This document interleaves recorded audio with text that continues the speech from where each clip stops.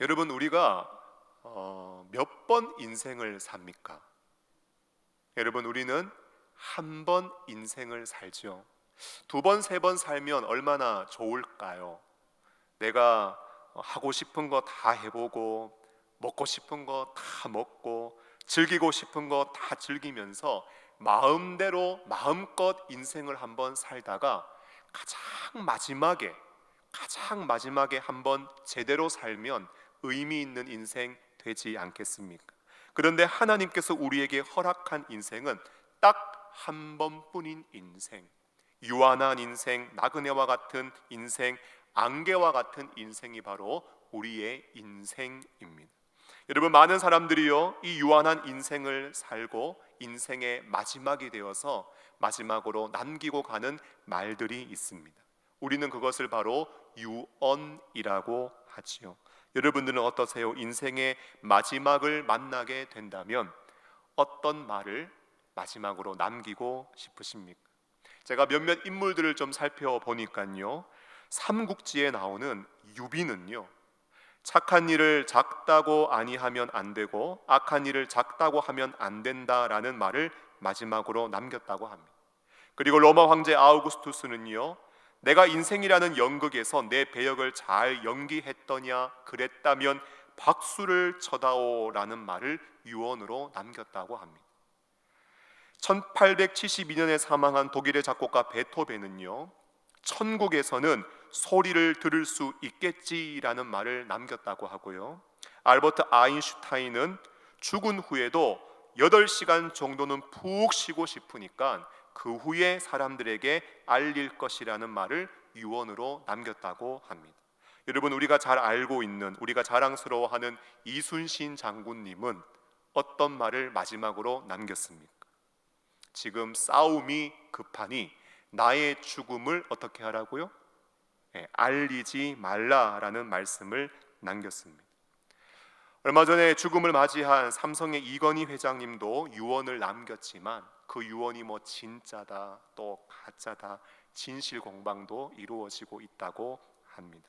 그런데 여러분, 우리가 믿고 있는 예수님, 우리가 사랑하는 예수님, 우리를 구원하신 예수님, 여러분, 예수님께서 마지막으로 남기신 말씀은 무슨 말씀일까요? 여러분, 그 말씀은요, 사도행전 1장 8절의 말씀입니다. 여러분, 제가 과거에 성경을 읽다가요, 신약 성경을 보니까 예수님의 말씀이 빨간색으로 칠해진 성경이 있었어요. 그래서 보다 보니까 복음서가 예수님의 말씀이 마지막으로 기록된 말씀인 줄 알았어요. 예수님의 지상대명령, 그게 마지막으로 남긴 말씀인 줄 알았는데 사도행전 보니까요, 또 빨간색이 있었습니다. 여러분, 오늘 이 말씀이요, 주님께서 이 땅에서 마지막으로 남기신 말씀이었습니다. 그 말씀이 바로 사도행전 1장 8절 말씀이에요. 여러분, 우리 다시 한번 이 말씀 한번 읽어 보실까요? 자, 시작. 오직 성령이 너희에게 임하시면 너희가 권능을 받고 예루살렘과 온 유대와 사마리아와 땅끝까지 이르러 내 증인이 되리라 하시니라. 아멘. 여러분, 우리가 일반적으로요, 위인들이 마지막으로 남기고 간 말씀이 있다면 우리는 그 뜻이 무엇일까? 어떤 마음으로 그 말을 남겼을까? 우리가 잘 이해하고 뜻을 헤아리기 위해서 애쓰고 노력합니다. 그런데 우리가 사랑하고 우리의 구원자가 되시고 우리의 인생의 주인이 되시는 예수님께서 마지막으로 남기고 가신 말씀이라면 여러분, 우리는 이 말씀 가운데 담겨져 있는 주님의 마음과 뜻을 더욱더 잘 이해하고 헤아릴 필요가 있는 것이죠. 그래서 저는요, 오늘 금요 기도회 현장 예배를 다시 시작하면서 오늘 이 말씀을 함께 살피며 은혜를 나누고 이 말씀 붙잡고 하나님 앞에 부르짖고 기도하는 은혜가 있기를 간절히 소원합니다. 여러분, 이 말씀은 어떤 말씀이라고 생각하세요? 형식적으로 본다면 오직 성령이 너희에게 임하시면 너희가 권능을 받고 땅끝까지 이르러서 내 증인이 되리라, 마치 평서문처럼 보입니다. 그런데 이 말씀은요, 주님이 우리에게 남겨주고 가신 명령의 말씀이고 사명의 말씀입니다. 여러분, 우리의 인생, 우리의 교회 가운데 주신 그리고 우리가 이 땅을 살아가면서 반드시 이루어야 하는, 그리고 주님이 이 땅에 다시 오실 때에 우리가 성취해야 하고 주님 앞에 서기까지 우리가 반드시 완수해야 하는 우리의 인생과 우리의 교회 가운데 주신 최고의 사명을 담고 있는 말씀입니다. 여러분, 권능을 받고 땅끝까지 이르러 주는 증인의 삶을 살아라, 주님의 간절한 소원과 바람과 열망이 담긴, 사명이 담긴 주님의 명령의 말씀이다라는 것입니다. 여러분, 저를 한번 따라 하실까요? 이때는요, 주먹 불끈 쥐고 한번 따라하면 좋습니다. 주먹 불끈 쥐고요, 한번 따라 하십니다. 권능 받자, 권능 받자, 권능 받자. 자, 두 번째는요, 소리를 조금 볼륨을 좀 높이세요. 땅끝까지, 땅끝까지, 땅끝까지. 잘하셨습니다. 자, 마지막으로요, 볼륨을 최대한 높여가지고 한번 선포합니다. 예수 증거, 예수 증거, 예수 증거. 잘하셨어요, 여러분. 여러분, 권능 받고 땅끝까지 예수 증거. 여러분, 이것이요, 주님이 우리에게 마지막으로 남겨주신 말씀이요, 우리에게 주어진 사명입니다. 여러분, 우리가 신앙생활 하면서요, 비전, 정체성, 사명, 여러분, 이것에 대해서 잘 정리할 필요가 있습니다. 여러분, 비전이 무엇인가요? 비전이요, 단어적인 의미로 본다면 보다의 명사형입니다. 본 것이에요. 본 것. 보았기 때문에 무엇인가 꿈꾸고 바라는 것, 여러분, 이것을 비전이라고 할 수 있습니다. 그래서요, 비전이 없다라고 말한다면요, 내 인생을 통해서 보이는 게 하나도 없는 거예요. 앞이 막막하고 답답하고 암울해서 캄캄하게 어디로 가야 될지, 무엇을 해야 될지 한 치 앞도 볼 수 없는 것, 여러분, 이게 비전이 없는 겁니다. 그런데 우리가요, 어떤 사람을 향하여 야, 그 사람은 비전 있는 사람이다, 어떤 기업을 향하여 이 기업은 비전 있는 기업이다, 교회를 향하여 야, 이 교회는 비전 있는 교회라고 한다면 그 의미가 무엇일까요? 여러분, 그 사람이요, 꿈꾸고 있는 게 있는 거예요.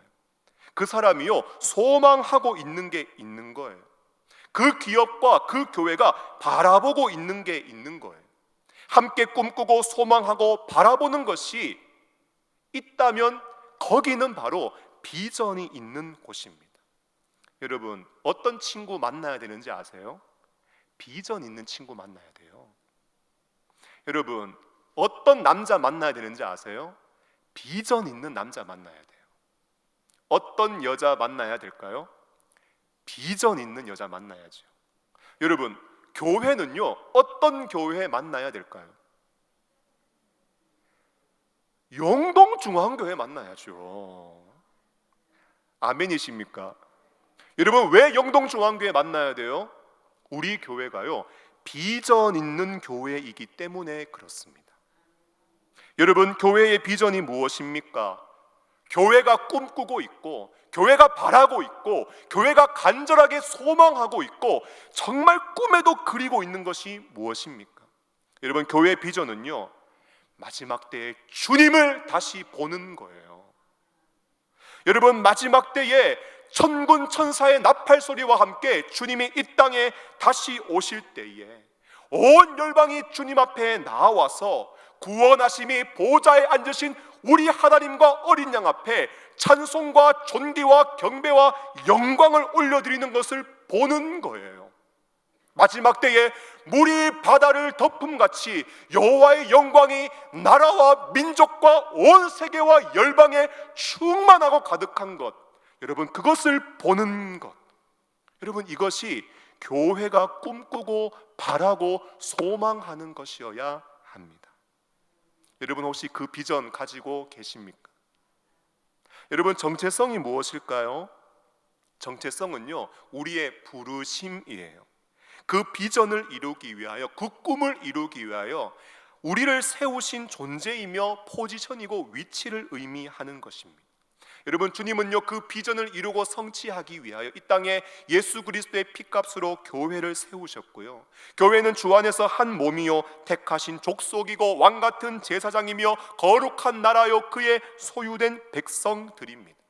때로는요, 내가 좀 부족해 보이고 내가 좀 작게 느껴지고 뭐 잘하는 것도 없고 연약하고 실수 많고 세상 사람들이 나를 바라보면서 그냥 무가치하게 여긴다 할지라도, 여러분, 10,000원짜리 한 장 구기고 밟아본들 그 가치가 결코 변하지 않듯이, 여러분, 우리를 위로부터 불러주신 이 영광스러운 부르심을 예수 믿는 사람들은요, 결코 놓치지 않고 살아가야 합니다.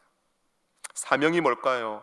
사명은요, 이 부르심을 받은 사람들이 꿈을 꾸면서 이 땅 가운데 이루고 성취하며 감당해 나가야 할 목적과 목표가 바로 사명인 것입니다. 여러분, 그 목표 무엇일까요? 그 목표가요, 오늘 사도행전 1장 8절 말씀인 거예요. 교회가 권능을 받습니다. 땅끝까지 이릅니다. 그리고 나아가서 증인된 삶을 살아가는 것. 그래서 나라와 민족과 세계와 온 열방이 주께 돌아와서 춤을 추며 하나님 앞에 찬송하며 경배하며 영광을 올려드리는 그 영광스러움을 보는 것, 여러분, 이것이요, 하나님이 교회에 주신 영광스러운 사명인 것입니다. 오늘 우리는요, 코로나의 상황 속에서 참 경제적으로 어렵죠. 사회적으로도 혼란스럽고 교회적으로도 만만치 않는 참 힘든 때를 걸어가고 있습니다. 그런데 한번 생각해 보세요. 여러분, 역사를 한번 뒤돌아볼 때 어렵지 않은 때가 있었습니까? 혼란스럽지 않은 때가 있었나요?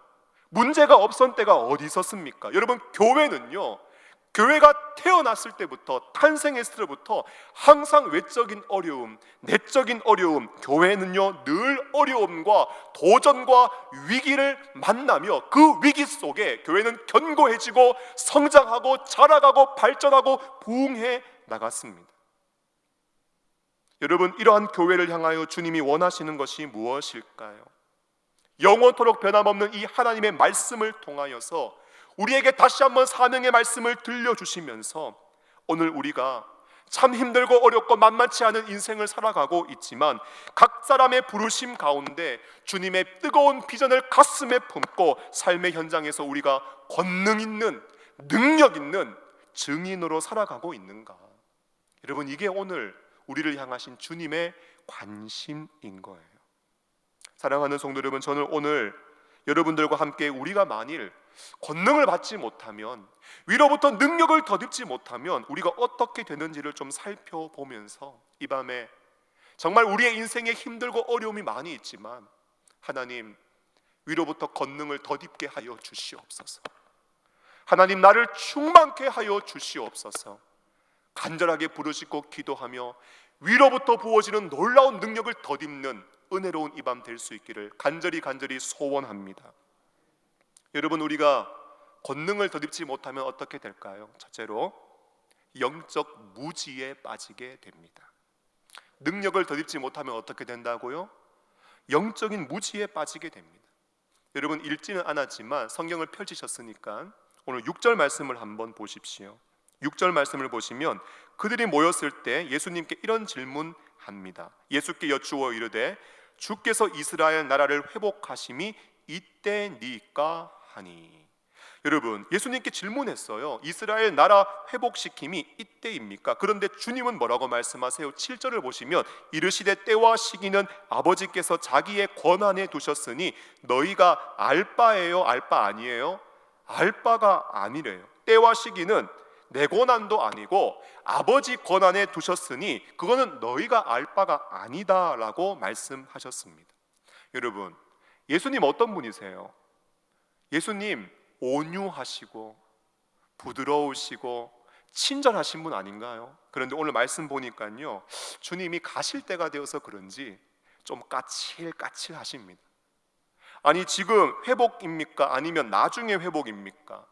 로마의 압제로부터 회복입니까? 아니면 종말론적인 회복입니까? 주님, 이때입니까? 지금이 맞습니까? 아니, 이렇게 질문을 했으면은 그래, 맞다, 지금이다, 지금이 바로 회복의 때다, 아니면 나중에 몇 년 뒤에 몇 월 며칠 몇 시에 회복이 완성될 거다. 아니, 주님이 이왕 가시는 마당에 좀 속 시원하게 우리에게 알려주고 가시면 얼마나 좋아요. 여러분, 분명히 예수님은 전지하셔서 모르는 게 없으실 텐데, 알고 계실 것 같은데, 여러분, 백성들에게 하시는 말씀은 무엇인가? 너희의 권한이 아니다라는 거예요. 알지 않아도 되는 것이라는 거예요. 너희에게는 감추온 것인데 뭘 그렇게 알려고 하고 선을 넘고 그런 질문하느냐? 관심 끊어라. 주님은요, 냉정하게 딱 잘라 말씀하세요. 여러분, 우리가 권능받지 못하잖아요. 이렇게 주님의 뜻 앞에 무지하게 됩니다. 엉뚱한 질문하고요, 알지 않아도 되는 건 묻고요, 내 권한 밖의 일을 자꾸 하려고 합니다. 이유가 뭐예요? 권능을 받지 못해서 그런 거예요. 여러분, 신앙생활 할 때 지식이 있어야 합니다. 호세아 4장 6절을 보면 내 백성이 지식이 없으므로 망하는도다 말씀했어요. 하나님의 백성들이 왜 망하는가? 지식이 없어요. 하나님 알지 못해요. 주님의 마음과 뜻을 모르기 때문에 멸망의 길로 걸어가게 된다는 것입니다. 로마서 10장 2절을 보면 내가 증언하노니 그들이 하나님께 열심히 있으나 올바른 지식을 따른 것이 아니니라. 열심히 있어요. 땀을 흘려요. 수고가 있는데 지식이 없으니, 하나님의 마음과 뜻을 헤아리지 못하니 잘못된 열심에 빠져서 살아간다는 것입니다. 그래서 바울은요, 빌립보서 1장 9절에 내가 기도하노라 너희 사랑을 지식과 모든 총명으로 점점 더 풍성하게 하사, 주님의 몸된 교회 가운데 하나님을 아는 지식이 풍성할 수 있기를 바울은 기도하고 있고요. 베드로후서 3장 18절을 보면 오직 우리 주 곧 구주 예수 그리스도의 은혜와 그를 아는 지식에서 자라가라.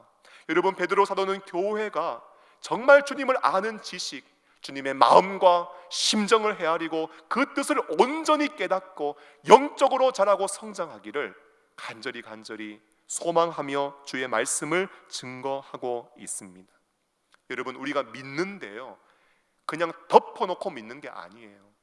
올바른 지식, 올바른 계시를 여러분 믿음으로 붙잡는 것입니다. 여러분, 혹시 신앙생활을 하면서 기차 그림 3개 기억나십니까? 기차가요, 한 칸이 있고요, 또 한 칸이 있고요, 또 한 칸, 3개 그림이 있어요. 여러분, 그 기차를 앞에서 이끌어가는 제일 앞에 있는 기차에 뭐라고 적혀져 있습니까? 지식이라고 적혀져 있습니다. 그 다음에 믿음이고요, 그 다음에 바로 감정과 경험과 체험인 거예요. 여러분, 먼저 올바른 지식, 올바른 교훈, 올바른 교리, 바른 계시를 통하여 올바른 믿음을 가지게 되고, 그 믿음을 통하여 주님을 만나고 경험하고 주님의 능력을 체험하게 되는 것입니다.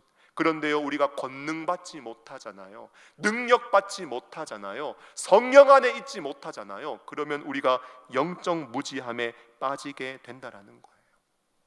여러분, 예수님은요, 이 말씀을 주시기 전에 십자가에서 고난받고 죽으셨습니다.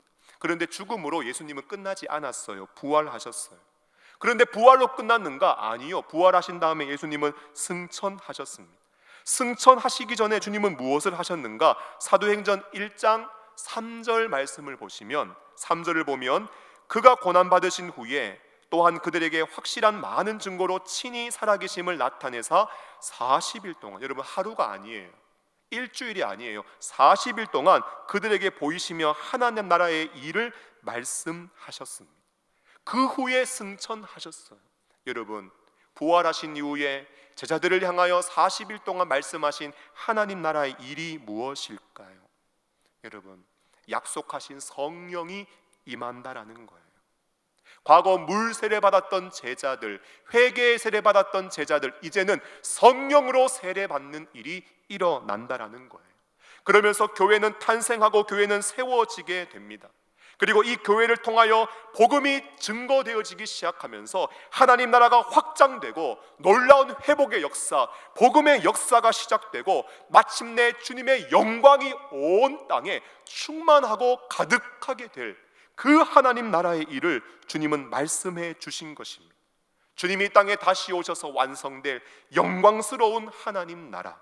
여러분, 그런데 권능 받지 못하니까요, 엉뚱한 질문하는 거예요. 엉뚱한 삶의 자세를 가지는 거예요. 이유가 하나밖에 없습니다. 권능을 받지 못한 거예요. 여러분, 권능 받지 못하니까 이 영광스러운 하나님의 일이 나하고 아무런 상관이 없어요. 성경은 그저 이론에 불과한 책인 거예요. 주님의 이 말씀이 내 삶과 내 인격과 내 인생과는 아무런 상관이 없는 이원론적인 신앙을 가지게 되는 것입니다. 모태신앙이고 몇십 년 교회를 다니고 직분을 받고 열심히 있다 할지라도 권능 받지 못하면은요, 주님의 사명과 주님의 비전과 주님의 뜻과는 아무런 상관없는 인생을 살아갈 수 있다라는 거예요. 그런데요, 그런 영적인 무지에만 갇혀 있어도 괜찮지요. 그래도 하나님의 은혜가 임하면 영적으로 새로워질 만한 가능성이 있어요. 그런데 무지에 빠지면 가만히 있는 게 아니에요. 하나님 나라의 일에 관심이 없다면 점점 어디에 관심 가지는가? 여러분, 인간은 죄에 물들어 있어서 세상 일에 관심을 가지게 됩니다. 저는요, 참 막 화가 나요. 화가 나. 교회가 이렇게 욕을 먹고 있고 다시 한번 교회의 영적인 권위를 그리고 위상을 회복해야 되는데 매스컴을 통하여 들려오는 소식들, 목회자의 문제, 교회의 문제, 재정의 문제, 성적인 문제, 도덕적인 문제, 윤리적인 문제, 구체적으로 제가 얘기한다면 제가 왜 얘기 못하겠어요? 나 부끄러워서 못하겠어요. 나 부끄러워서. 여러분, 왜 자꾸 이런 일들이 일어나는 것입니까? 하나님 나라의 일을 꿈꾸면서 교회를 통하여 이루시기를 원하시는 하나님의 마음과 뜻을 온 교회가 깨달아가서 이것을 잘 이루기 위하여 성도를 무장시키고 준비시키고 조직을 갖추고 여기에 달라붙어서 이 일에만 관심 가져도 지금 하나님 나라의 과업이 완성될지 안 될지 지금 미지수인데, 여러분, 육신의 정욕, 안목의 정욕, 이생의 자랑, 여기에 빠져 있고 하나님 나라에는 관심이 없고 세상 일에만 온통 관심이 있는 것. 여러분, 원래 있잖아요, 이제 현장 예배 오픈하고 오신 분들에게 제가 얘기하는 게 아니에요. 현장 예배 이렇게 오픈하고 하면은 다시 한번 우리가 부르짖고 기도하는 이 시간들이 이렇게 허락이 되었으면은 정말 교회의 부흥을 꿈꾸고 교회 성장을 갈망하고 우리 교회가 다시 한번 영적으로 재건되어져서 영원토록 변함없는 이 진리의 말씀을 통하여 주님이 우리에게 계시하신 하나님의 영광스러운 사명을 이루어가기 위해서 기도 없이 됩니까, 여러분? 기도 없이 돼요? 나오셔야 되는 거예요. 나오셔야 되는 거예요. 사랑하는 여러분, 무지 속에 갇혀 있어서 권능받지 못하면 정말 하나님의 마음과 뜻을 온전히 깨닫지 못하고 하나님 앞에 우리의 삶을 올려드릴 수 없게 되는 것입니다. 두 번째로요, 또 하나 권능받지 못하면 어떻게 될까요? 두 번째로 영적 이기주의에 빠지게 됩니다. 무엇에 빠지게 된다고요? 영적 이기주의에 빠지게 돼요. 여러분, 오늘 성경 보니까요, 권능이 임하면 어떻게 되는가? 예루살렘과 온 유대와와 사마리아와 땅 끝까지 이르러, 여러분, 예루살렘과 온 유대와와 사마리아와 땅 끝을 바라보는 일이 일어난다고 말씀하고 있습니다. 그런데 권능받지 못하면 어떻게 되는가? 이기주의에 빠지게 돼요. 예루살렘, 온 유대, 사마리아 땅 끝이 뭐예요? 그냥 오직 나만, 오직 나만. 복음의 전파, 복음의 전진, 열방의 선교, 여기에는 관심 가지지 못하는 영적 이기주의에 빠지게 된다는 것입니다. 여러분, 오늘 그들은 복음을 받았고 그들은 모여 있고 주님을 만나고 있지만 여전히 권능받지 못해서 자기만 알고 있는 신앙. 그래도 그들은요, 예루살렘은 봤어요, 유대는 봤어요. 그러나 아직 사마리아는 보지 못하고 땅끝을 보고 있지 못하는 상황. 여러분, 사도행전 10장 보면 베드로와 고넬료 사건을 알고 계시죠? 가이사라에 고넬료라는 사람이 있었습니다. 이달리아 부대의 백부장 군인으로 하나님 경외하면서 구제와 기도에 힘쓰는 정말 신실한 이방인이었습니다. 환상 중에요, 하나님의 사자가 고넬료야, 너의 기도, 너의 구제 다 상달이 되어서 하나님이 기억하신 바가 되었으니 요바에 사람 보내어서 베드로 청해라 그래서 베드로를 불러옵니다. 베드로가 가는 길에 성에 가까이 갔을 때 기도하려고 지붕에 올라갔고, 시장에서 먹는 음식을 사람들이 준비할 때 베드로가 황홀한 중에 환상을 하나 봐요. 하늘이 열리고 한 그릇이 내려오는데 보니까 거기에 이상한 짐승들과 새들이 있어요. 큰 소리가 납니다. 베드로야, 잡아 먹어라. 아이, 주님, 제가 속되고 깨끗하지 않은 거 살아가면서 일평생 먹어본 적이 없습니다. 두 번째 음성이 들려요. 하나님이 깨끗하게 하신 것 네가 속되다고 하지 마라. 여러분, 이런 일이 3번이나 있은 다음에 고넬료의 집에 딱 갔는데 가보니까요, 유대인이 아니에요. 이방인이 하나님을 경외하면서 그 고넬료와 친척들과 친구들이 다 모여 있는 것 보면서, 야, 하나님은 사람을 외모로 보지 않고 각 나라 중에 하나님 경외하는 자에게 의를 행하는 자를 하나님은 다 연락하시고 받으시는구나. 하나님 말씀 전하면서 하나님 나라의 일을 선포하자 여러분, 그곳에 성령이 임하는 역사가 일어납니다. 주님이 땅끝까지 이르러 내 증인되라는 명령, 우리는 지금 이 자리에서 이 말씀이 선교와 전도와 열방을 향한 복음 전파의 사명이라는 것 이해하죠. 그러나 그 당시 유대인들에게는요, 상상할 수 없는 일인 거예요. 여러분, 베드로 사도, 12사도 이분들은요, 초대교회 당시에 교회를 세우시고 그 교회 일을 감당하라고 하나님께서 직원을 두실 때에 여러분, 그들은 교회의 창설 직원입니다. 교회를 세운 창설 직원임에도 불구하고 주님의 마음을 모르는 거예요. 주님의 뜻을 헤아리지 못하는 거예요.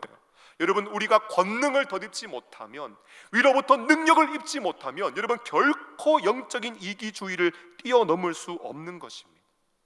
맞습니다. 코로나로 인하여 어려운 상황이지요. 내 자신 추스리고 내 가정 추스리고 중요합니다. 맞아요. 공감하고 이해하고 인정합니다. 그러나 그런 상황 속에서 여전히 내 신앙, 여전히 내 가족, 여전히 내 감정, 나를 이기지 못한다면, 나를 극복하지 못한다면 어떻게 이 지역과 나라와 열방을 향하여 주의 십자가의 복음의 깃발을 들고 우리가 전진하며 나아갈 수 있겠습니까? 제가 한 번은요, 제가 사역했던 교회에 교구의 모든 가족들을 다 모시고 영화관 하나를, 큰 영화관 하나를 대절해가지고 기독교 영화를 함께 관람한 적이 있습니다. 보신 분도 있으실 것 같은데요, 서서평 선교사님에 대한 영화였습니다. 약 100년 전에 가난하고 억압받던 이 조선 땅에 나 환자와 거린 무지하고 힘없는 여성들의 어머니가 되어준 분이었습니다.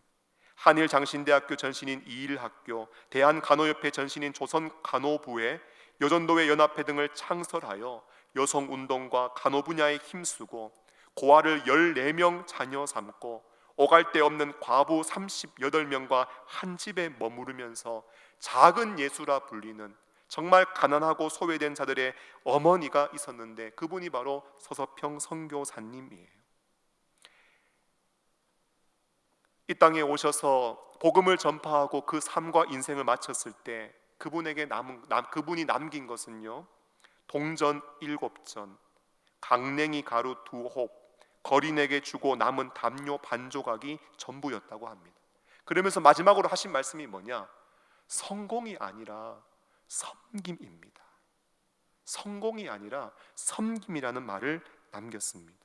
여러분, 복음의 불모지였던 이 땅에 와서 복음 전하는데 그 환경을 견디고 타문화를 견디고 어려움을 견디고 여러분, 이 땅에 복음을 전하며 순교했는데 어떻게 그런 희생과 헌신이 가능했을까요? 이유는 딱 한 가지예요. 권능을 받았기 때문에 가능한 것입니다. 사랑하는 성도 여러분, 교회가 교회다워지길 원하십니까? 교회가 영적으로 살아나길 원하십니까? 여러분, 교회가 성장하고 부흥하기를 원하세요? 교회는 왜 부흥되어야 합니까? 왜 성장해야 됩니까? 사도행전 1장 8절의 말씀, 주님의 뜻을 이루기 위하여 교회는 부흥해야 하고, 우리는 주님이 마지막으로 남기신 그 말씀과 사명 이루기 위하여 여러분, 위로부터 우리가 권능을 덧입기 위하여 간절히 부르짖고 기도할 수 있어야 합니다. 여러분, 오늘 이 밤이 그렇게 뜨겁게 기도하고 주님의 권능과 능력을 덧입는 은혜로운 밤이 될 수 있기를 예수님의 이름으로 축원합니다. 마지막으로요, 권능 받지 못하면 여러분 우리가 증인의 삶을 살 수 없습니다. 말씀을 마치고 주님이 승천하실 때 제자들은 그저 하늘만 바라보고 있었습니다. 사도행전 1장 9절을 보니까요, 이 말씀 마치시고 그들이 보는데 올려져 가시니 승천하십니다. 구름이 그를 가리어 보이지 않게 하더라 말씀하고 있어요. 여러분 사도행전 1장 10절 11절 말씀을 보시면 올라가실 때 제자들이 자세히 하늘을 쳐다보고 있는데 흰옷 입은 두 사람이 그들 곁에 서서 이르되 갈릴리 사람들아 어찌하여 서서 하늘을 쳐다보느냐 너희 가운데서 하늘로 올려주신 이 예수는 하늘로 가심을 본 그대로 오시리라 하였느니라 말씀합니다. 여러분 교회 안에는요 전설 같은 이야기가 하나 전해오고 있어요. 여러분 아실지 모르겠는데 여러분 주님이 언제 오시는지 아세요? 비 오는 수요일 예배 때 오신다는 이 근거 없는 이제 전설이 하나 내려오고 있는데요. 여러분 오늘 11절 말씀 보시면은 이 말씀의 근거에서 그게 틀린 말이에요. 여러분 주님은 어떻게 오세요? 본 그대로 오시잖아요. 그때 날씨가 맑았습니다. 그래서 아마 주님은 맑은 날에 오실 것 같습니다. 그래야 잘 보이거든요. 잘 보이거든요. 여러분 우리야 부활하신 후 승천하신다는 거 다 알고 있지만 여러분 제자들의 입장이 되어 보세요. 갑자기 사람이 지금 붕 떠서 지금 하늘로 올라가고 있습니다. 사람이 떠서 하늘로 올라간다. 제자들은요 난생 처음 본 거예요. 정말 신비롭고 신기하고 희한해요. 그러니까 그저 하늘만 바라보고 있지, 그저 바라만 보고 있고 그저 속만 태우고 있지요. 그런데요 그 하늘만 바라보고 있는 제자들을 향하여서 여러분 흰옷 입은 두 사람이 그들 곁에서 무엇이라고 하는가? 어찌하여 하늘만 바라보고 있느냐? 한번 따라 하실까요? 어찌하여 하늘만 보고 있느냐? 한 번 더요. 여러분 영혼에게 한번 선포하세요. 어찌하여 하늘만 보고 있느냐? 여러분 하늘만 보고 있는 삶이라면은요 여러분 책망 받으셔야 돼요. 책망 받으셔야 돼요. 하늘 보는 게 뭐 잘못되었습니까? 하나님 바라봐야지요. 예배해야지요. 어렵고 힘들 때 주님 의지해야 되지요. 그런데 오늘 흰옷 입은 두 사람이 책망해요. 어찌하여 아니 너희들 뭐하고 있냐라는 거예요. 이 말씀 들었다면 주님은 다시 오실 테니 복음 전파해라. 너희가 증인의 삶을 살아라. 예수 증거해라. 권능을 받아 우리가 해야 할 일은 복음 전파라고 말씀하고 있는 것입니다. 사랑하는 성도 여러분, 신앙생활 하면서요 권능 안 받아도요 신앙생활 하는데 아무런 문제 없습니다. 주일날 교회 한번 오시면 돼요. 구역장님과 전도사님과 목사님이 전화 결석 안 했으니까 안 할 수 있겠지요. 물질 드리면 돼요. 모임 참석하고 교육 한번 받고 봉사하면 돼요. 권능 받지 않아도 이런 일을 외적으로 우리가 할 수 있다라는 거예요. 그러나 권능 받지 못하면 여러분 영적으로 무지해지고 영적으로 이기주의에 빠지고 무능한 증인이 됩니다. 그러나 주님의 능력이 임하고 권능이 임하면 우리가 능력 있는 전도자가 될 수 있는 것입니다. 말씀을 맺으면서요 사랑하는 성도 여러분, 이제 저를 한번 보십시오. 저를 한번 보십시오. 허리를 펴고 저를 한번 쫙 보십시오.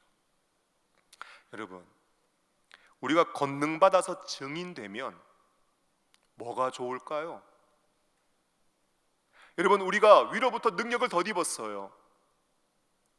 주의 복음을 힘있게 증거하면 여러분, 우리에게 무엇이 좋을까요? 성경 보니까요 증인된 삶을 살잖아요. 고난이 있어요. 핍박이 있어요. 어려움이 있다라는 말이에요. 복음 증거하는 게 결코 우리에게 좋은 일이 아니에요. 기쁜 일이 아니에요. 힘든 일이에요.